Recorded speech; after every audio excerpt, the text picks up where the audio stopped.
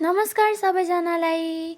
आज चाहिँ मैले तपाईँहरूको लागि भनेर घरमा सजिलरी बनाउन सक्ने पिज्जाको रेसिपी लिएर आइसकेकी छु। त्यसको लागि सुरुमा प्याज र क्याप्सिकमलाई ठुलो ठुलो साइजमा काट्नुपर्नेछ। त्यसपछि चाहिँ मैले घरमै एउटा चटनी प्रिपेयर गरिसकेको थिएँ। अनि मैले मासुलाई पनि मजाले फ्राई गरेर रेडी गरेँ।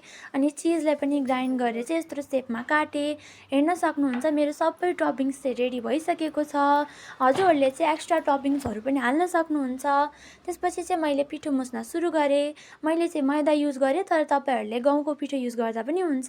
यसलाई लाइट फ्लेममा पकाएर यतिको बनाइसकेपछि चाहिँ अब हामीले यसमा चाहिँ टपिङ्सहरू एड गर्न थाल्छौँ।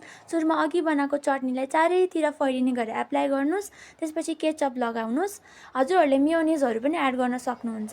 त्यसपछि अघिको क्याप्सिकम, प्याज र मासुलाई चाहिँ मैले एड गर्न थालेँ। त्यसपछि चाहिँ मैले त्यसमा मजाले चिजलाई चाहिँ चारैतिर एड गरेँ र मैले चाहिँ त्यसलाई सानो फ्लेममा ढाकेर 5 मिनटको लागि तताएँ। हेर्न सक्नुहुन्छ अहिले रिजल्ट यस्तो राम्रो बनेर निस्केको छ। यसमा चाहिँ अब हजुरहरूले अरेगानो स्प्रेड गर्न सक्नुहुन्छ, तर मैले चाहिँ घरमै प्रिपेयर गरेको अर्ग्यानिक यो मसला थियो त्यही एड गरेँ र यसलाई चाहिँ अब खानको लागि रेडी भइसकेको छ।